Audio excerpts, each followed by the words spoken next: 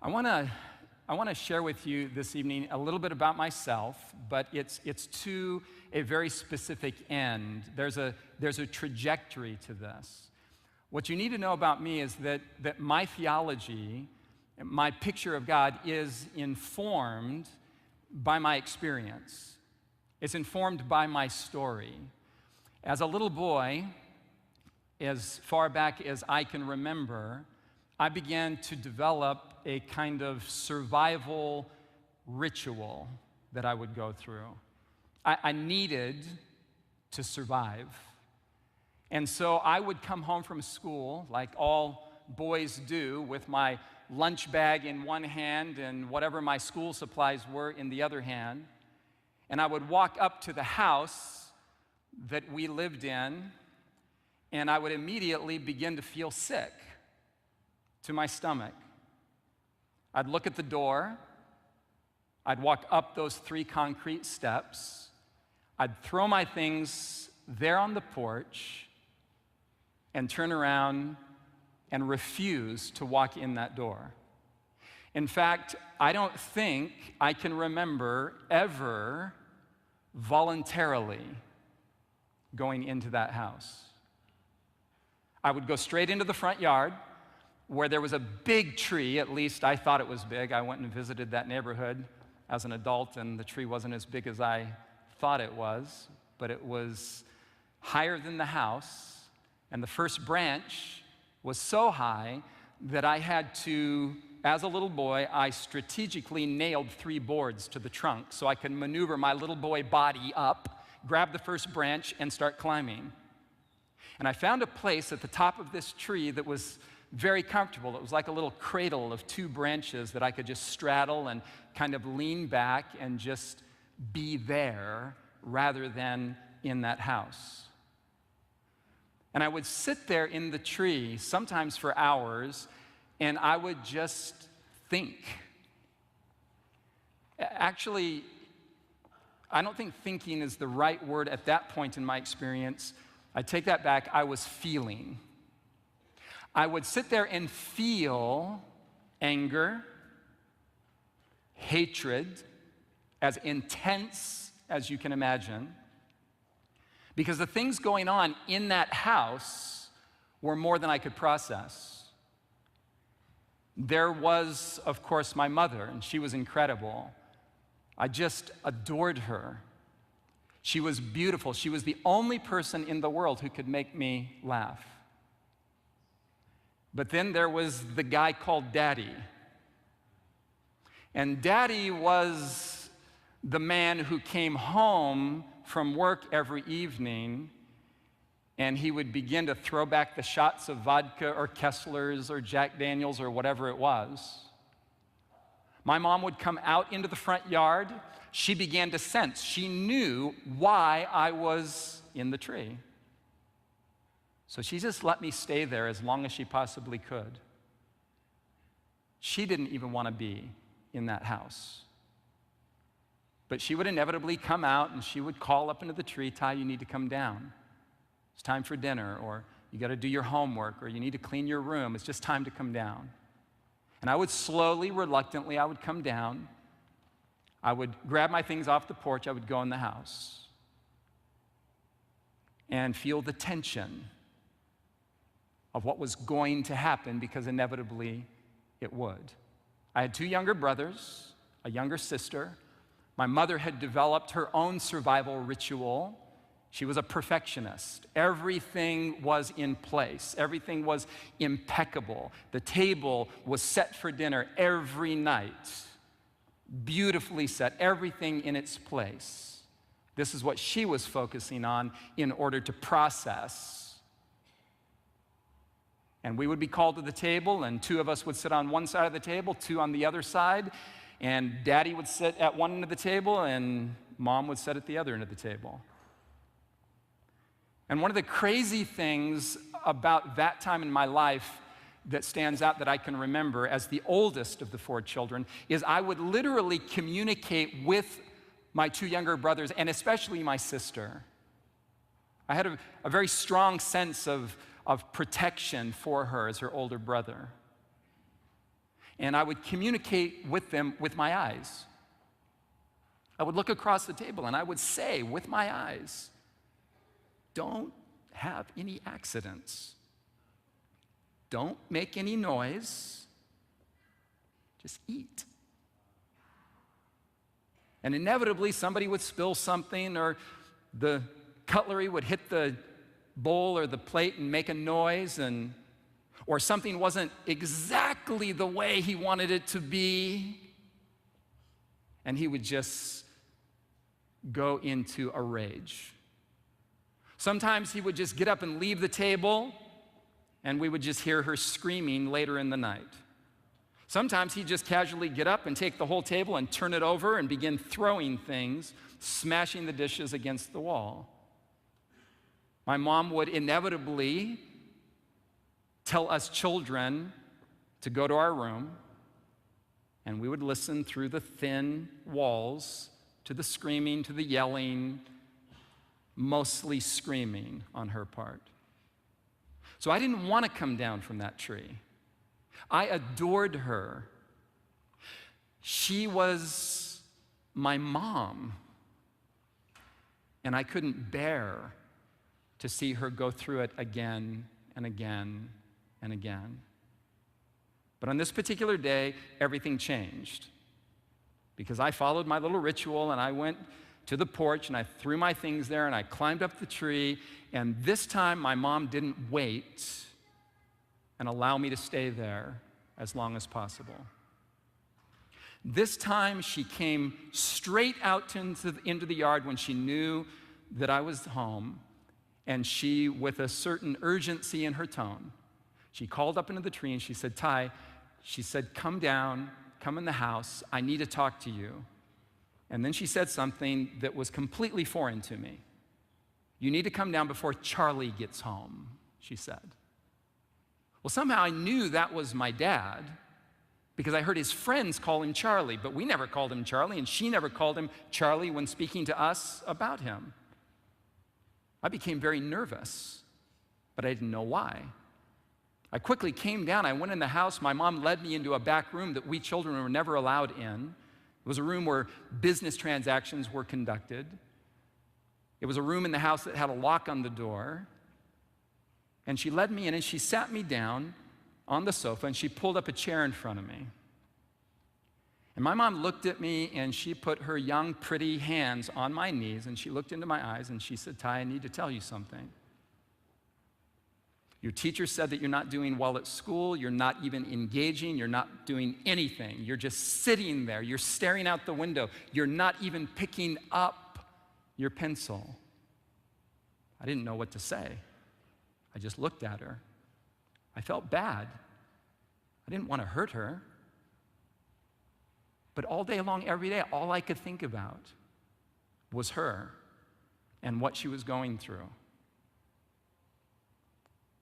She said, "I'm going to tell you something, and I think it will make a difference. I know how you feel. And I need to tell you something, and I don't know how you're going to take it. But please try to understand." And then my mom looked at me, and she said something that absolutely floored me. She said, "Ty, Charlie is not your dad." Then my mother reached for an envelope. She opened it. She took a photo out. She put that photo in my hands. I sat there, 8 years of age, confused, not knowing what to think, saying things in my mind like, "Well, he's my dad, isn't he?" And I found myself looking at the face of a man in a photo that I had never seen before. And my mom said, "This is your dad. His name is Jonathan. Ty, your name is not Ty Ross," which was the name I was writing on all my papers until then. "Your name is Ty Gibson, and your dad is Jonathan Gibson. And Ty, this is what I want to tell you." And then she spoke words that were liberation for me. She said, "He never hit your mother." And everything changed for me.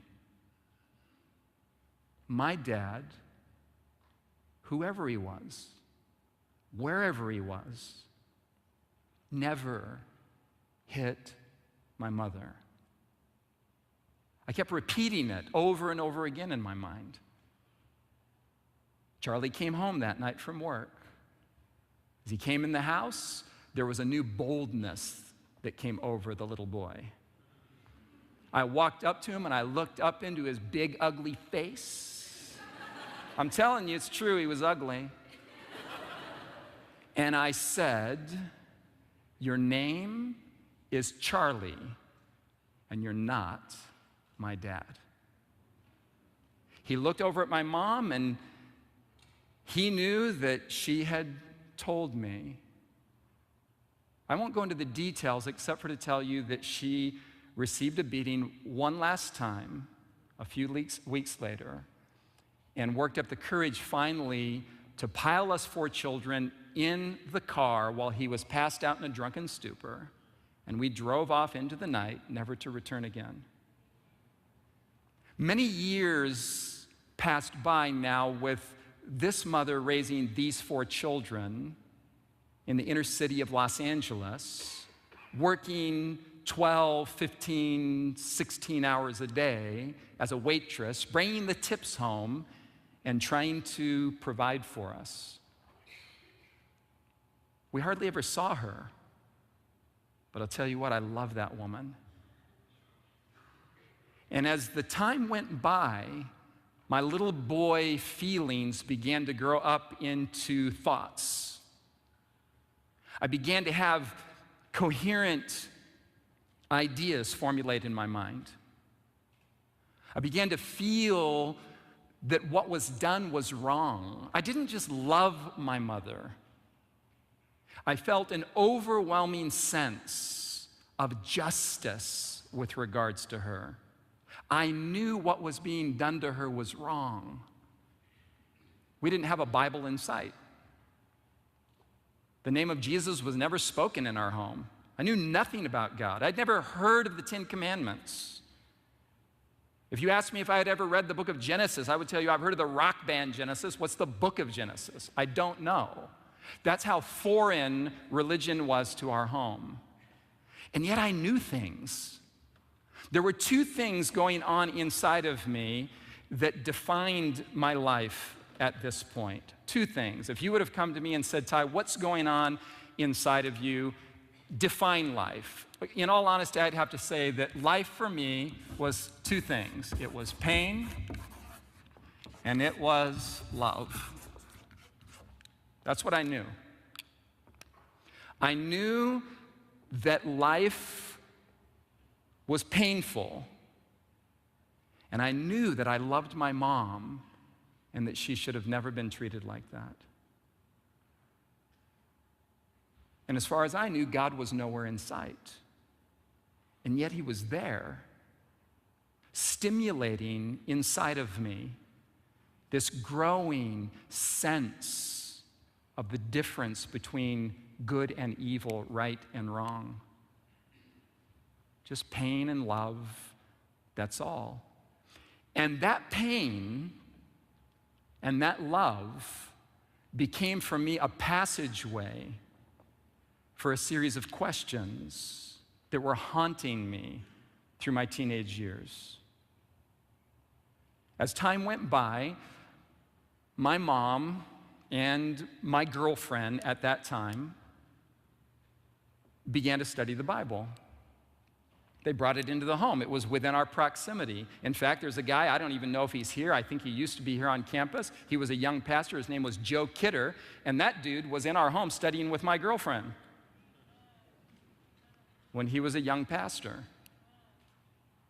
And he was opening her mind to things. She was already spiritually inclined, and I was dead set against it. I was certain that the way we got here is that planet Earth was probably seeded by aliens or something like that.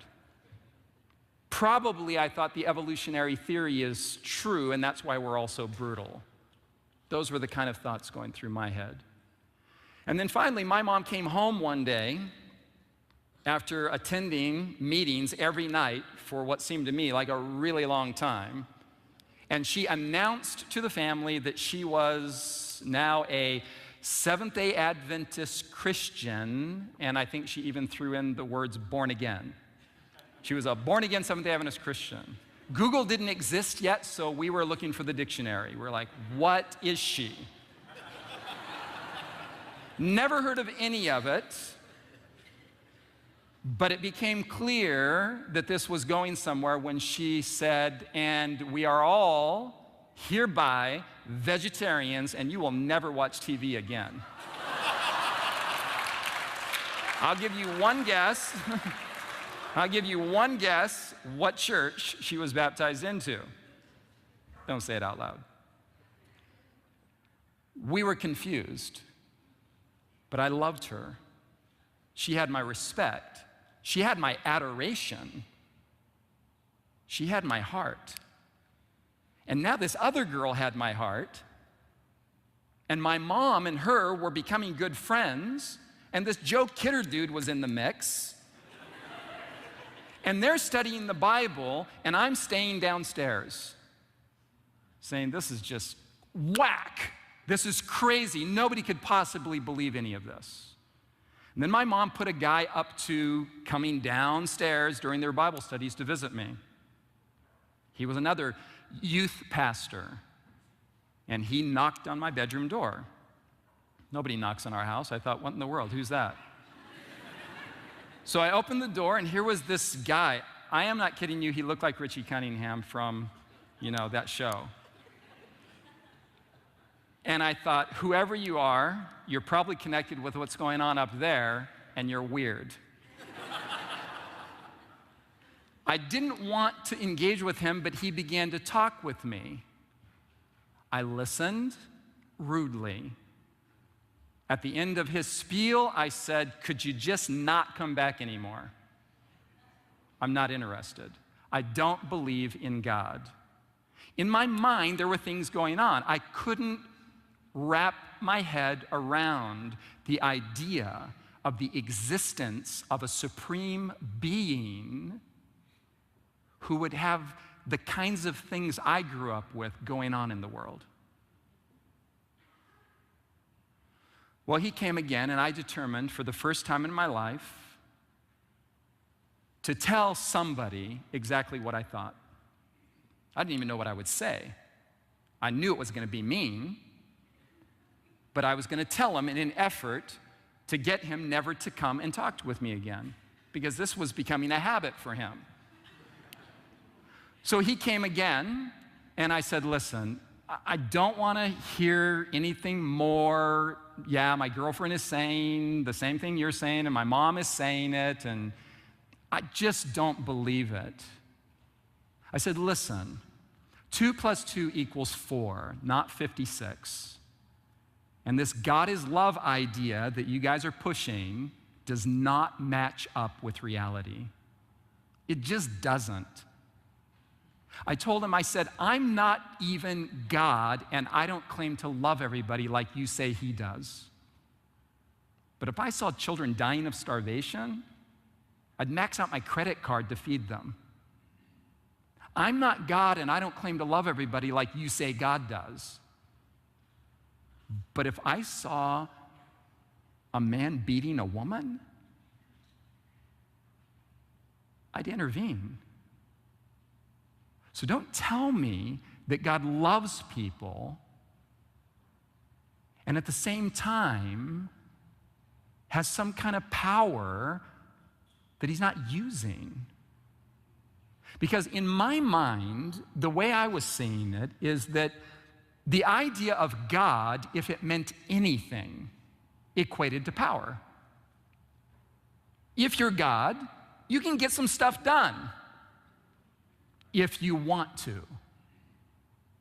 So the get some stuff done part wasn't happening. So I thought, if God exists, and he most likely doesn't, but if God exists, he's got to be a monster of some kind. To have that kind of power at his disposal and just let it go on. So I told him, and he said something I didn't expect.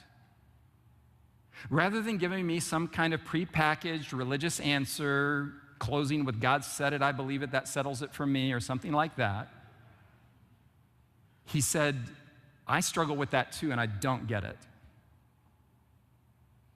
And I just respected him a little bit. I was like, "Whoa, really? You're not going to give me a Bible verse? You're not going to try to make me yield to your authority source? You actually see what I'm saying and you don't get it either?" And he went a step further. He said, "God's got a lot of explaining to do." And now my respect level went up higher because I thought, if God exists, yes, he does have a lot of explaining to do. He said, "I'll never visit you again. I won't come around anymore. I know that you're not into this. Your mom just wants me to visit you." But he said, "If you would just do one thing, just one thing, would you be willing just to read the first chapter of that book?" And he pointed to a book on the table by our front door as I was seeing him out. It was a big, thick book with a black cover and no pictures. And I said to myself, I am not reading that. He said, "Just the first chapter."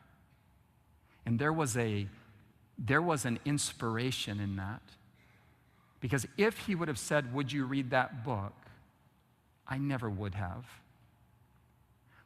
But we have a deal. I read the first chapter, you never come again. Deal. And I was driven to read that first chapter, just out of a sense of respect for the guy. And I sat down in my mom's house and I opened the book to the first chapter, and the first 3 words, "God is love." I thought, oh, here we go. That's what my girlfriend keeps saying. That's what my mom keeps saying. That is ridiculous. But I said I'd read it.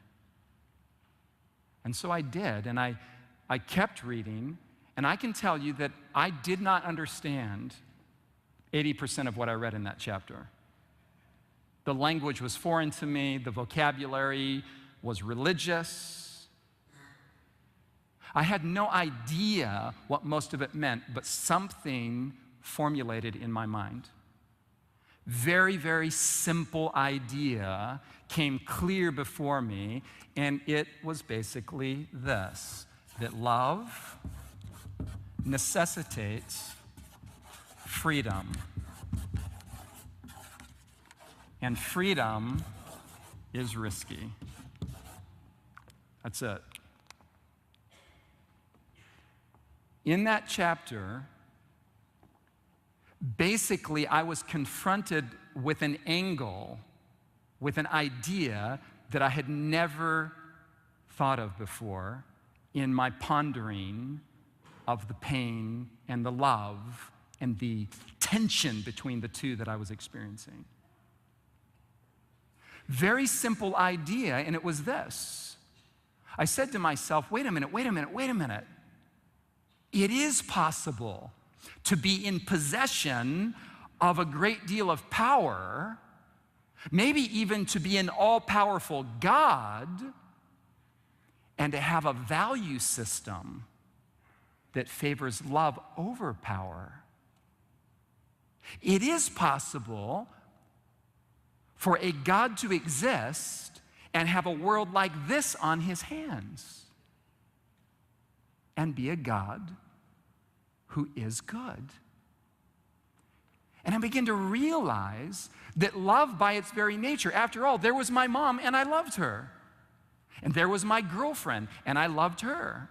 And I knew something intuitively about love. I knew that love and coercion can't occupy the same emotional space. I knew that. I knew that the only way for me to relate to my girlfriend, to my mother, was by giving them space to be to me whatever they wanted to be to me. And the moment I would begin to manipulate or to force or to control, the thing would evaporate. Love would cease to exist.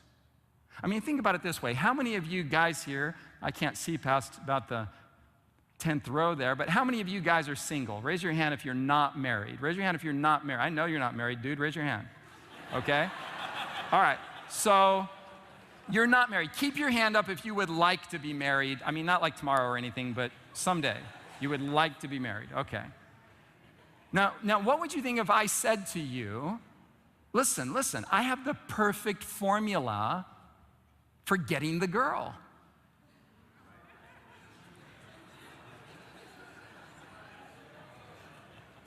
All you need is a revolver.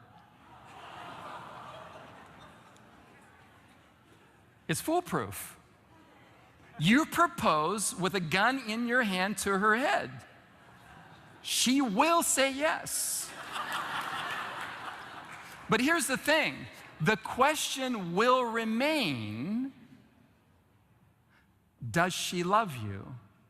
And the obvious answer is that she doesn't. Because you're posturing yourself, you're relating in such a way as to cause love to recede.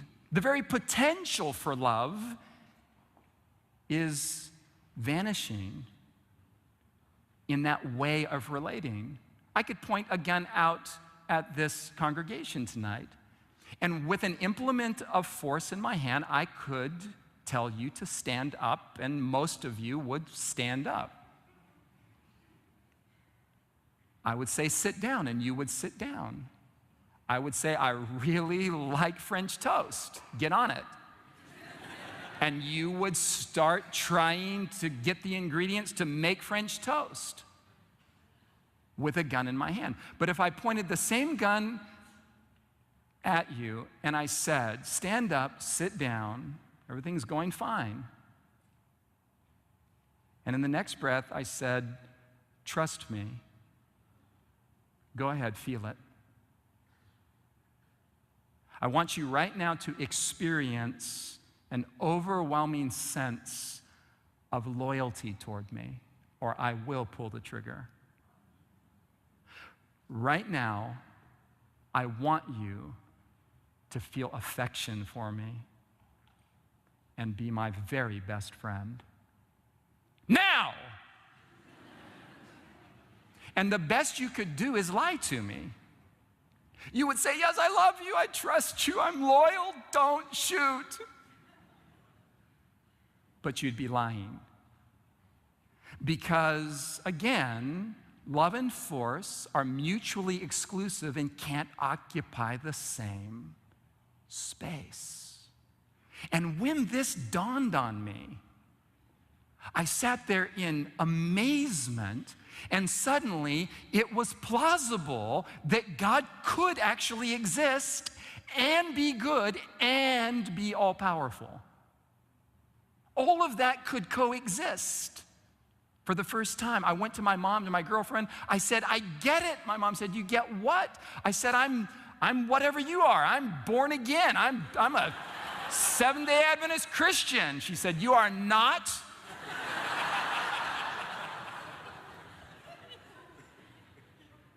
I said, Mom, I get it. And she said, you get what? And I began to explain to her this very simple idea.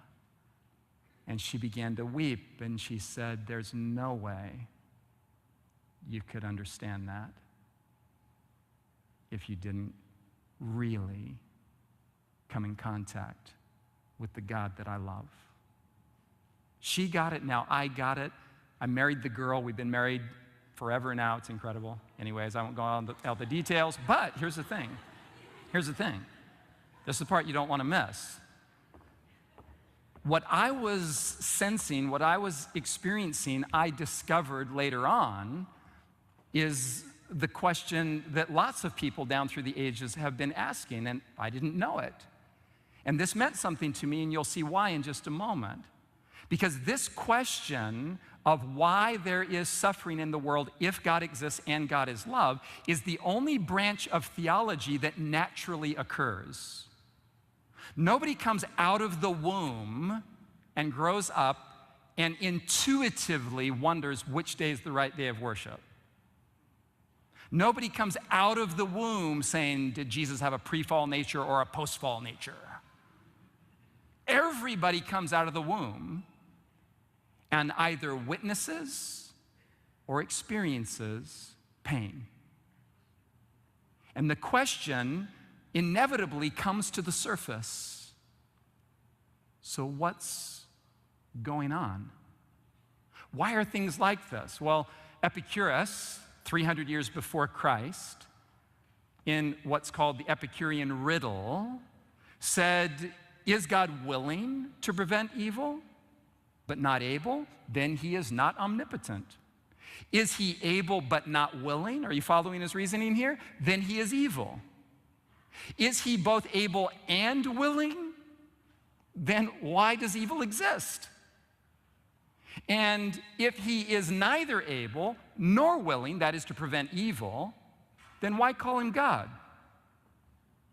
300 years before Christ.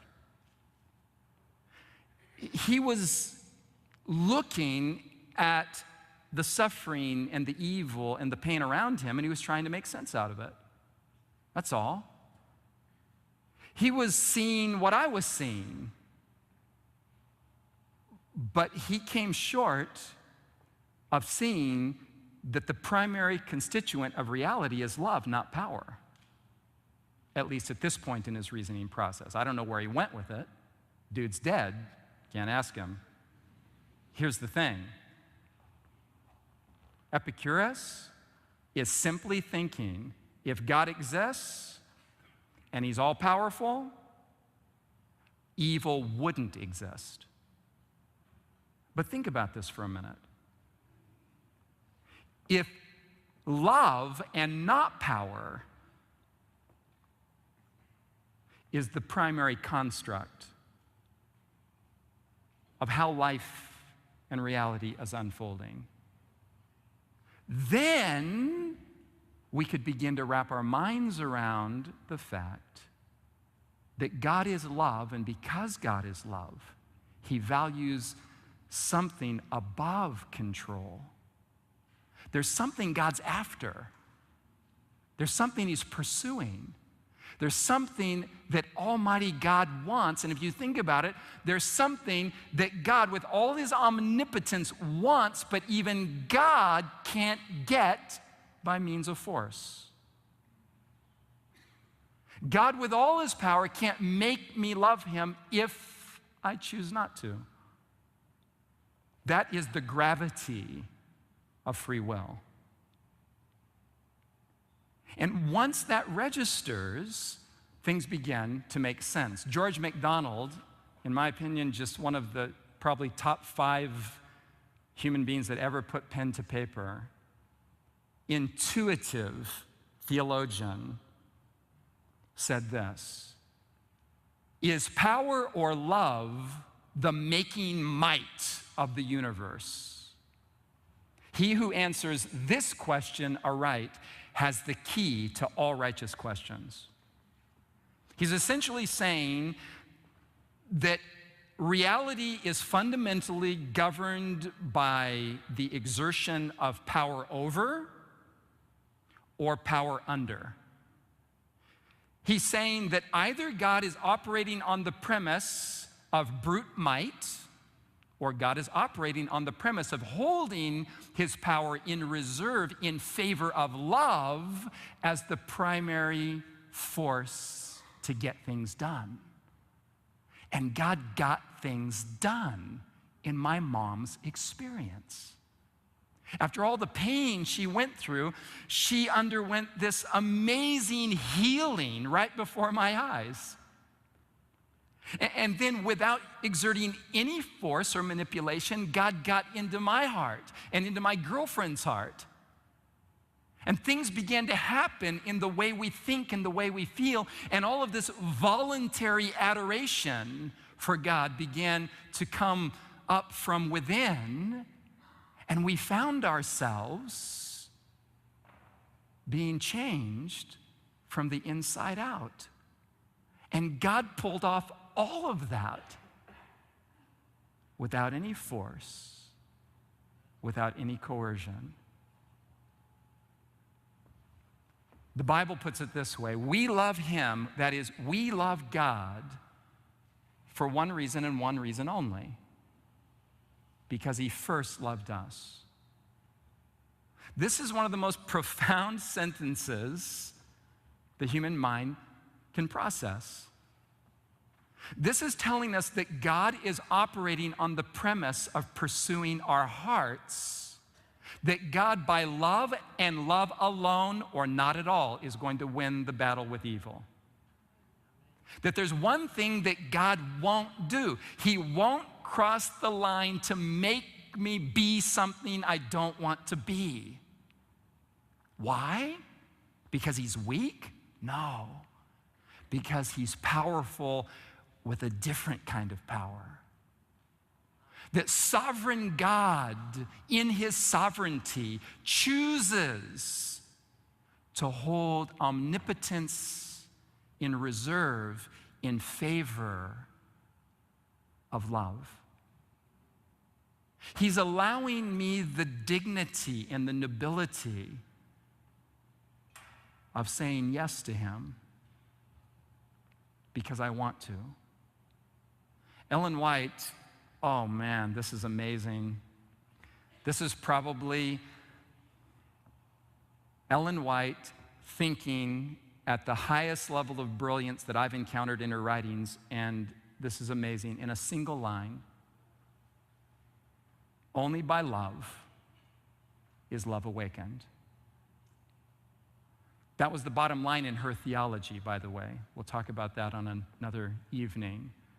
But here, she's grasping the fact that love is God's ultimate objective, and that there's only one way for Almighty God with all his power to get you and me there.